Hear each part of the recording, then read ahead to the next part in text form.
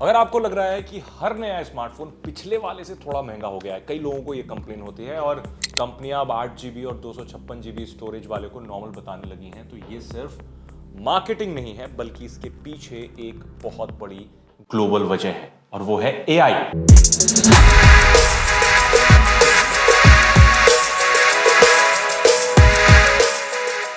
आज एआई सिर्फ सॉफ्टवेयर नहीं बल्कि एआई पूरी हार्डवेयर सप्लाई चेन को बदल रहा है और सबसे ज्यादा असर पड़ रहा है रैम और स्टोरेज पर। सबसे पहले यह समझना जरूरी है कि एआई असल में कंज्यूम क्या करता है।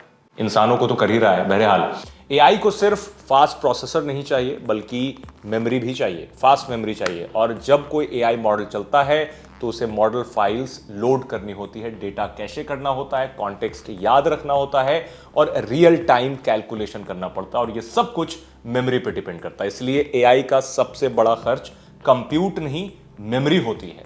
अब कहानी दो जगह शुरू होती है। पहली जगह एआई डेटा सेंटर्स, दूसरी जगह आपका स्मार्टफोन खुद में एक डेटा सेंटर है। वो एआई डेटा सेंटर्स में आज सबसे ज्यादा डिमांड हाई बैंडविड्थ मेमोरी यानी HBM की है। HBM एक अल्ट्रा फास्ट मेमोरी होती है जो एआई जीपीयू के साथ लगती है।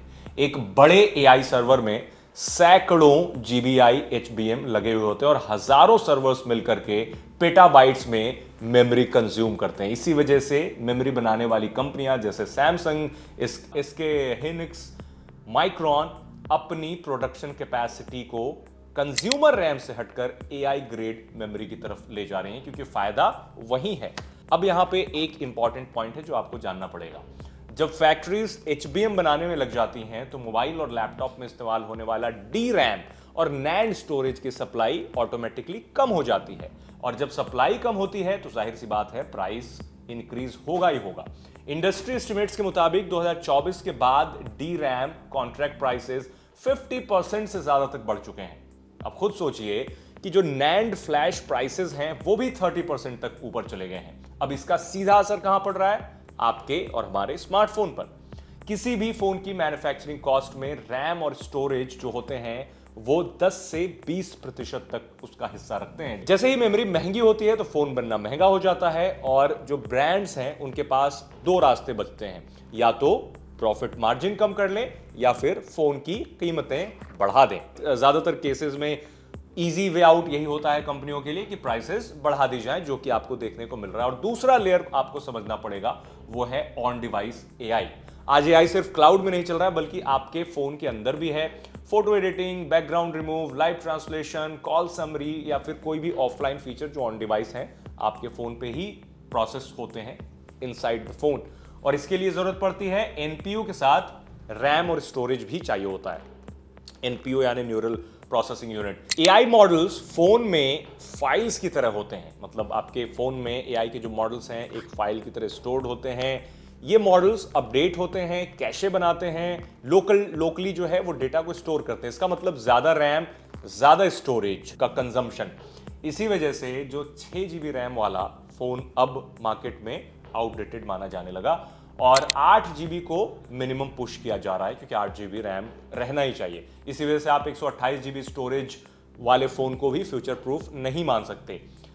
एक और वजह है जिसकी बातें बहुत कम होती है वो है एडवांस्ड पैकेजिंग। HBM और जो मॉडर्न मेमोरी चिप्स हैं वो सिंपल चिप्स नहीं होती, इसके लिए एडवांस्ड स्टैकिंग, स्पेशल इक्विपमेंट्स और लिमिटेड फैक्ट्रीज चाहिए होती हैं।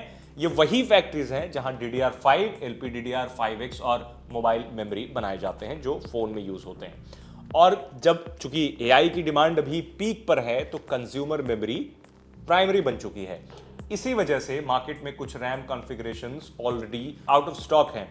इतना ही नहीं, अगर आप SSD लेने जाएं तो कुछ SSD वेरिएंट्स मंथ्स तक अनअवेलेबल दिखते हैं। इनफैक्ट जो रिटेलर्स होते हैं उनको भी लिमिटेड इन्वेंट्री मिल रही है जिस वजह से ब्लैक मार्केटिंग भी हो रही है, यानी ब्लैक में सामान बेचा जा रहा है। शॉर्ट टर्म में थोड़ा प्रेशर रहेगा इसकी वजह से क्योंकि जो नए मेमोरी फॉब्स ओवरनाइट नहीं बन पाएंगे, उसके लिए टाइम लगेगा। नई कैपेसिटी आने में 2 से 3 साल लगते हैं।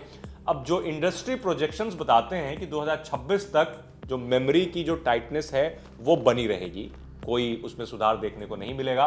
ब्रांड्स तरीके अपना रहे हैं कई, वो कहते हैं कि हमने प्राइस नहीं बढ़ाई है, हमने बेस वेरिएंट को अपग्रेड कर दिया है। यानी जो वेरिएंट पहले 128 GB का मिलता था वो 256 जीबी का हो गया और उसे ही कंपनी ने बेस वेरिएंट बता दिया और प्राइस नेचुरली ऊपर चला गया।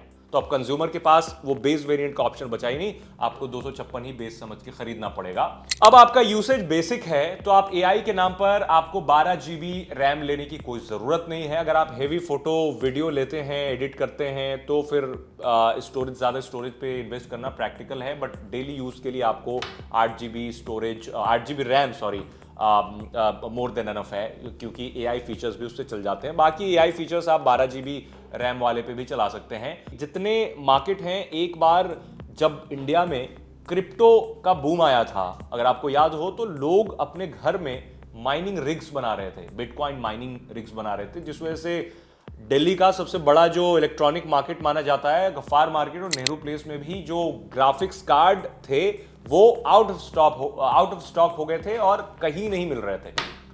वो इस वजह से हो रहा था बिकॉज जो माइनिंग होती है, जो क्रिप्टो करेंसी की माइनिंग होती है, जो रिग्स बनाए जाते हैं, उसमें बहुत ज्यादा ग्राफिक्स कार्ड की नीड होती है। तो सारे लोगों ने ग्राफिक्स कार्ड इकट्ठे कर लिए और माइनिंग रिग्स बना करके अपना बिटकॉइन की माइनिंग चालू कर दी। इस वजह से सारे मार्केट से जो ग्राफिक्स कार्ड है वो गायब हो गए।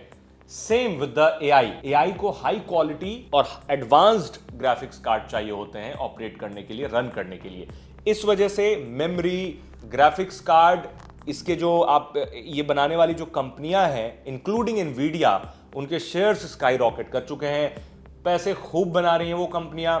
और अब उनका जो फोकस है वो consumer electronics like smartphones, TV से हट करके सिर्फ एआई के डेटा सेंटर्स में जा चुका है, क्योंकि एआई के डेटा सेंटर्स बनाने में उनको ज्यादा योगदान देना पड़ता है, यानी बल्क में सप्लाई करनी पड़ती हैं, मेमोरीज भी, ग्राफिक्स कार्ड भी।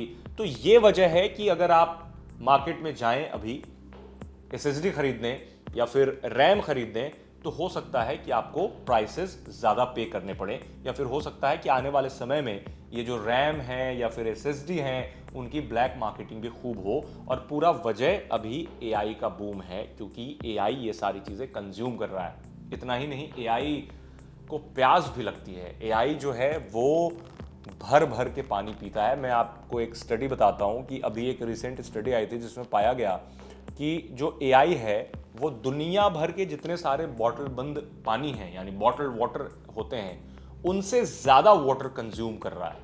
अब आप समझिए कि खुद में कितना दिलचस्प है और स्कैरी भी है। सोचो, अभी 2026 की शुरुआत हुई है, पिछले 4 साल से ही एआई का बूम आया है और अगले 4 साल तक ऐसे ही चलता रहा मामला, तो फ्यूचर का क्या होगा, नो वन नोज। तो मैं 1-2 और वीडियो इस पे बनाऊंगा जिस पे आपको ये बताऊंगा कि कितना पावर कंज्यूम करता है आर्टिफिशियल इंटेलिजेंस के जो डेटा सेंटर्स होते हैं, उन्हें ठंडा रखने के लिए, उन्हें ऑपरेशनल रखने के लिए कितना एनर्जी लगता है, कितना इलेक्ट्रिसिटी लगता है। कई कई देशों में जो पूरी की पूरी इलेक्ट्रिसिटी डिस्ट्रीब्यूट होती है, पूरा देश जितने इलेक्ट्रिसिटी पे चलता है, उतना एआई कुछ समय में कंज्यूम कर जाता है एनर्जी। तो आप सोच रहे हैं कि आप जब एक सवाल पूछते हैं एआई से तो किस कॉस्ट पे है। बट मैं आपको डरा नहीं रहा हूं, मेरा बिल्कुल भी ये मकसद नहीं है कि आप एआई यूज करना बंद कर दें। मेरा मकसद ये था कि अगर आप मार्केट में जाएं या फिर आपको ऐसा लगे कि स्मार्टफोन के प्राइसेस बढ़ रहे हैं या फिर रैम नहीं मिल रहा है, एसएसडी नहीं मिल रहा है, सो यू नो कि ये सारी चीजें चल रही हैं। मिलते हैं नेक्स्ट वीडियो में।